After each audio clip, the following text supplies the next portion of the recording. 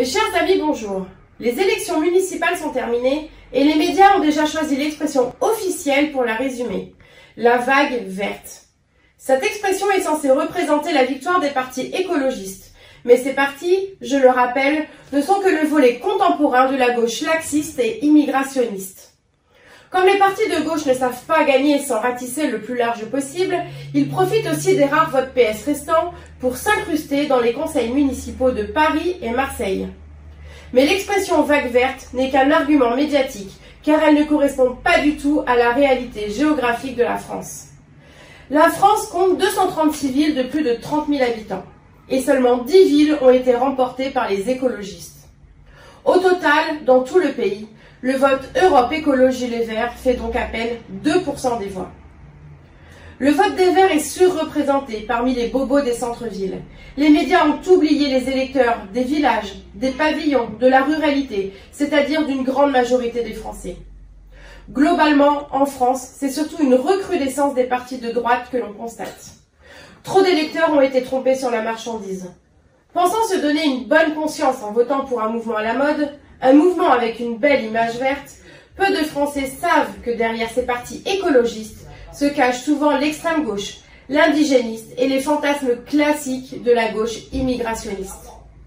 Pour reprendre une formule célèbre, Europe Écologie Les Verts, c'est vert à l'extérieur et rouge à l'intérieur. Depuis leur citadelle déconnectée et mondialisée, la nouvelle bourgeoisie contemporaine a pris le pouvoir. Ils imposent à la société française un modèle déconnecté des réalités de la France périphérique. Et certaines de leurs mesures vont à l'encontre de la France et des Français. Les Verts affichent une haine des automobilistes, alors que nos artisans et nos services publics ne peuvent plus se déplacer. Leur programme économique est sans queue ni tête, alors que nos commerçants quittent les centres-villes et que nos industries partent à l'étranger. De plus, dans leurs nombreux programmes municipaux, les Verts font la part belle à l'idéologie sans frontiériste d'extrême gauche.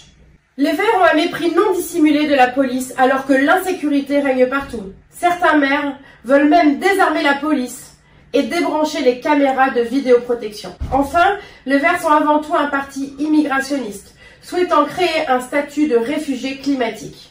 Très bien que ces élus donnent l'exemple et accueillent chez eux un réfugié par personne. Dès maintenant, les nouveaux conseils municipaux verts vont se heurter à un quotidien bien différent de leur petite idéologie bourgeoise.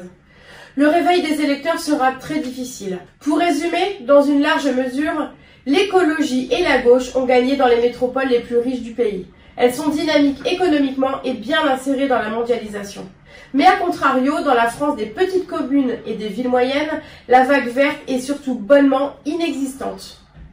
Heureusement, face à cette déconnexion entre les difficultés réelles des grandes villes et ces élus désormais au pouvoir, vous pouvez compter sur les maires RN et les nombreux élus Rassemblement National pour défendre vos intérêts.